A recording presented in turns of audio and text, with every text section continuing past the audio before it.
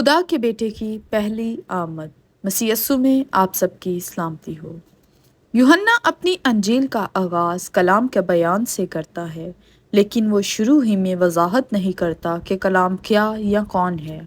کلام یا کلمہ کا بنیادی مطلب ہے لفظ، بول چال، گفتگو یا تقریر کی وہ اکائی جس سے ہم اپنے جذبات اور احساسات، خیالات کا اظہار دوسروں پر کرتے ہیں۔ لیکن یوحنا تقریر کا نہیں بلکہ ایک شخص کا بیان کر رہا ہے۔ یہ شخص خدا کا بیٹا خداوند یسوع مسیح ہے۔ خدا نے خداوند یسوع مسیح کی ذات میں بنینو انسان پر اپنا کامل اظہار کیا ہے۔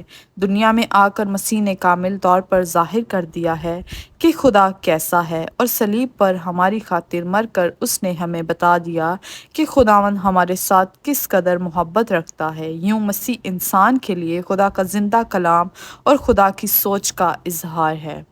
اس کا اپنا کوئی آغاز نہیں، وہ ازل سے موجود ہے۔ انسانی ذہن جتنا بھی پیچھے کو ماضی میں جائے، خداوند یسوع مسیح موجود ہے۔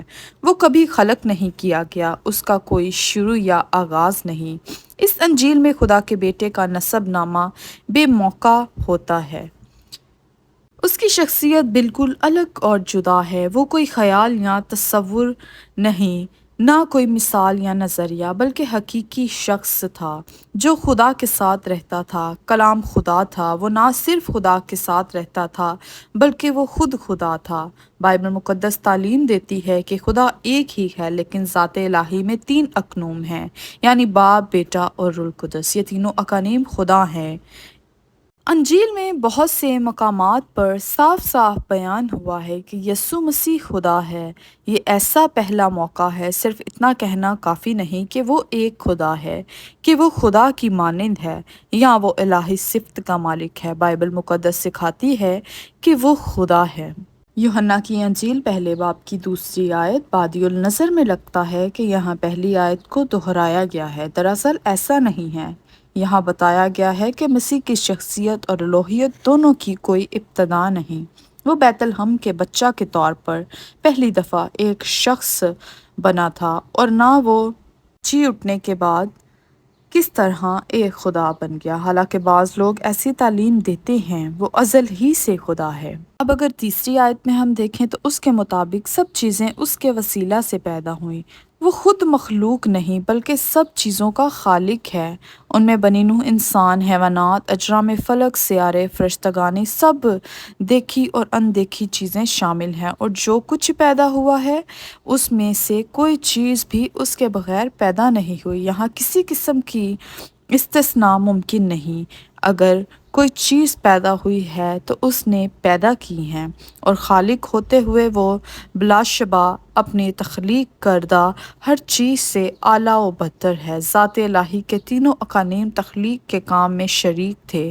خدا نے ابتدا میں زمین و آسمان کو پیدا کیا۔ خدا کی روح پانی کی سطح پر جنبش کرتی تھی۔ سب چیزیں اس کے وسیلہ سے پیدا ہوئیں۔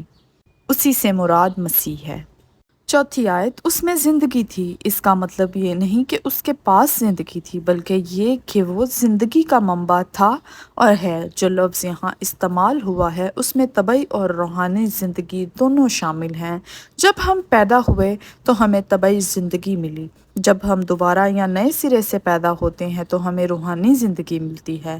دونوں اسی سے صادر ہوتی ہیں۔ وہ زندگی آدمیوں کا نور تھی۔ جس ہستی نے ہم کو زندگی عطا کی ہے وہی آدمیوں کا نور بھی ہے۔ وہ انسان کو ضروری ہدایات اور رہنمائی مہیا کرتا ہے۔ وجود رکھنا ایک بات ہے، مگر یہ علم رکھنا اور بات ہے کہ زندگی کس طرح بسر کی جائے۔ اور آسمان کا راستہ کون سا ہے؟ جس ہستی نے ہم کو زندگی عطا کی وہی ہم کو نور مہیا کرتا ہے، تاکہ جس راہ پر ہم چل رہے ہیں وہ روشن ہو۔ انجیل کے اس افتتاحی باب میں ہمارے خداوند یسوع کے لیے 7 عجیب لقب استعمال ہوئے ہیں۔ کلام، نور، خدا کا برہ، خدا کا بیٹا، کرسطس یعنی مسیح، مسیح موعودہ، اسرائیل کا بادشاہ، ابن آدم۔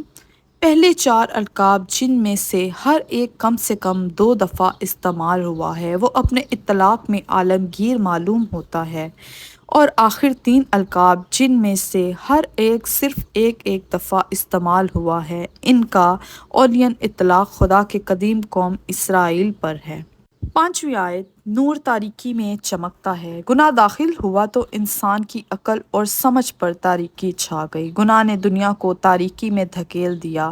مراد یہ کہ انسان نہ خدا کو جانتا ہے اور نہ جاننا چاہتا ہے۔ یہ تاریکی ہے جس میں خداوند یسوع آیا، اور وہ نور ہے جو تاریک جگہ پر چمکتا ہے۔ تاریکی نے اسے قبول نہ کیا۔ جب خداوند یسوع دنیا میں آیا تو تاریکی اس کو سمجھ نہ سکی۔ انسانوں کو احساس تک نہ ہوا کہ وہ حقیقت میں کون ہے یا وہ کیوں آیا ہے۔ ان الفاظوں کا ایک اور مفہوم یہ ہے کہ تاریکی نور پر غالب نہ آئی۔ اس میں تصور یہ ہے کہ اگرچہ انسان نے مخالفت کی اور نور کو رد کیا، لیکن حقیقی نور کو چمکنے سے روک نہ سکے۔ اور وہ نور آج بھی ہماری زندگیوں میں روح القدس کی صورت میں چمکتا ہے، اور ہر ایماندار اس کے نور کی روشنی سے واقف ہے اور وہ دیکھ سکتا ہے کہ ان کی زندگیوں میں یہ نور کس طرح سے کام کرتا ہے اور یہ روشنی کس طرح سے چمکتی ہے۔